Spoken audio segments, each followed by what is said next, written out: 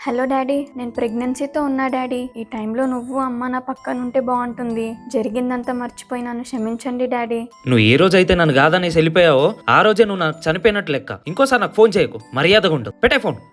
ఏంటి సంధ్య, కడుపులో బిడ్డ గురించి అయినా టైంకి తినాలి కదా. ఇంకా ఎన్ని రోజులు ఇంట్లో వాళ్ళ గురించి ఆలోచిస్తావు? తిను. ఇప్పుడున్న సిచ్యువేషన్లో అమ్మ పక్కన ఉండాలి, అమ్మ నన్ను కేర్ తీసుకోవాలని ఏ ఆడపిల్లకైనా ఉంటుంది కదా అత్తమ్మ.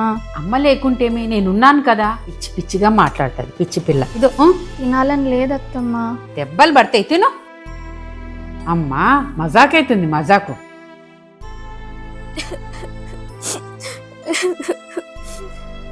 ఇంకెన్ని రోజులు ఇలా ఏడుస్తూ కూర్చుంటావమ్మా?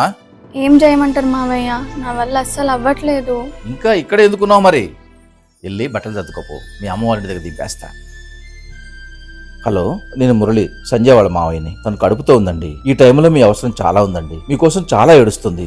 ఏడుస్తే ఏడవనియండి. మళ్ళీ ఈ జన్మలో తన ముఖం చూడాలనుకోవట్లేదు నేను. ఇంకోసారి నాకు ఫోన్ చేయకండి. అలా అంటే ఎలా అండి? మీ కోపం తగ్గాలంటే నేను ఏం చేయాలో చెప్పండి. అవసరం అయితే మీ కాళ్ళు పట్టుకోవడానికి నేను సిద్ధమండి. ఏం మాట్లాడుతున్నారండి? నాకన్నా కూతురు గురించి మీరు నా కాలు పట్టుకోవడం ఎందుకు? అయిందేదో అయిపోయింది, తనని ఇంటికి పంపేయండి. థ్యాంక్ యూ సో మచ్ మామయ్య. జీవితం చాలా చిన్నదండి. మన ఇంట్లో వాళ్ళ ఆనందం కోసం ఇంటి పెద్దగా ఏది చేయడానికైనా సిద్ధంగా ఉండాలి.